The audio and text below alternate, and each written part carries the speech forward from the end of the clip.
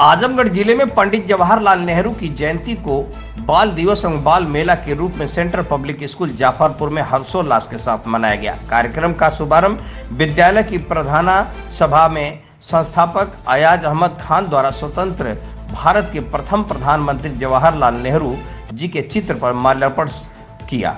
सुबह की प्रार्थना सभा में छात्र छात्राओं द्वारा पंडित जवाहरलाल नेहरू की जन्म दिवस के अवसर पर भाषण तथा गीत प्रस्तुत किए। संस्था के संस्थापक तथा प्रधानाचार्य द्वारा जनपद वासियों को पंडित जवाहरलाल नेहरू की जयंती की शुभकामनाएं दी गई।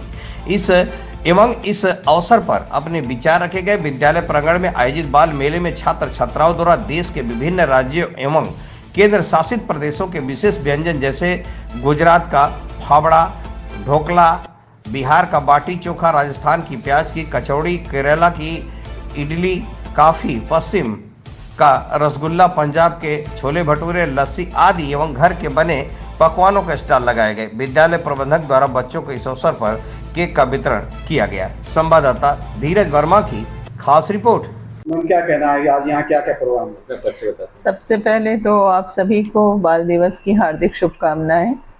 आज हमारे यहाँ central public school Jafarpur Azamgarh में बाल दिवस के अवसर पर सुबह प्रार्थना सभा मॉर्निंग असेंबली में हमारे देश के प्रथम प्रधानमंत्री श्री जवाहरलाल नेहरू जी के फोटो पे माल्यार्पण किया गया। उनकी याद में उनकी जयंती मनाते हुए बच्चों ने प्रार्थना सभा में उनके बारे में भाषण, उनके लिए गीत गाए। पंडित जवाहरलाल नेहरू जी को देश का, भारत का जो विजन था, एक आधुनिक भारत के निर्माता के तौर पे भी याद किया जाता है। उनके देहांत के पश्चात भारत सरकार ने उनके जन्मदिन को बाल दिवस के अवसर पर मनाने की घोषणा की, क्योंकि उन्हें बच्चों से बहुत प्यार था और बच्चे प्यार से उन्हें चाचा नेहरू कहते थे।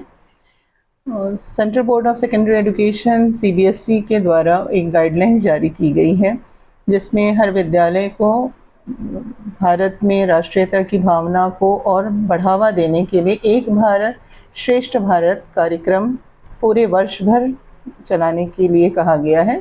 एक भारत श्रेष्ठ भारत कार्यक्रम के अंतर्गत आज बाल दिवस के अवसर पर हमारे 9 क्लास से 12th क्लास तक के बच्चों ने फूड स्टॉल्स लगाए थे, जिसमें हर क्लास सेक्शन के बच्चों को अलग अलग भारत के स्टेट्स दिए गए थे। जैसे हम उत्तर भारत से शुरू करें तो जम्मू कश्मीर, हिमाचल प्रदेश, दिल्ली, हरियाणा, पंजाब। फिर हम पश्चिम की तरफ जाएं तो राजस्थान, गुजरात, मुंबई। हम पूर्व की तरफ जाएं तो पश्चिम बंगाल, उड़ीसा, अरुणाचल प्रदेश। इसी तरह दक्षिण की तरफ जाएं तो कर्नाटका, केरला, चेन्नई। इन सभी डिफरेंट स्टेट, जितने भी स्टेट्स हैं, सबके अलग अलग फूड स्टॉल्स लगाए गए थे। कुछ बच्चों ने गेमिंग जोन्स भी लगाए थे, जहां बच्चों ने गेम्स खेले और उन्हें भी प्राइज़ दिया गया। जो विनर्स हुए उस गेम्स में उनको प्राइज़ दिया गया। छोटे बच्चों के लिए भी क्रीड़ा का वो करवाया गया था। गार्जियन क्या संदेश देना चाहिए? गार्जियन के लिए बस ये संदेश है मेरा बाल दिवस के अवसर पर कि बच्चों को आप अपने सपनों को ना ला दे। जो बच्चों के सपने हैं, वो क्या सपना देखते हैं, वो जीवन में किस पथ पे जाना चाहते हैं, उन्हें ये आज़ादी दें कि वे अपने जीवन के मार्ग को स्वयं चुन सके। जैसे बहुत बार देखा गया 10th पास आउट होने के बाद बच्चों के ऊपर बहुत प्रेशर होता है कि हमें मैथ्स लेके पढ़ना है, हमें साइंस लेके पढ़ना है। तो कई बार जो बच्चे ह्यूमैनिटीज़ या कॉमर्स स्ट्रीम लेके पढ़ना चाहते हैं, वे अपने स्ट्रीम को नहीं पढ़ पाते, क्योंकि माता पिता का फोर्स होता है कि बच्चे को डॉक्टर ही और इंजीनियर बनना है, इसलिए मैथ साइंस पढ़ाइए।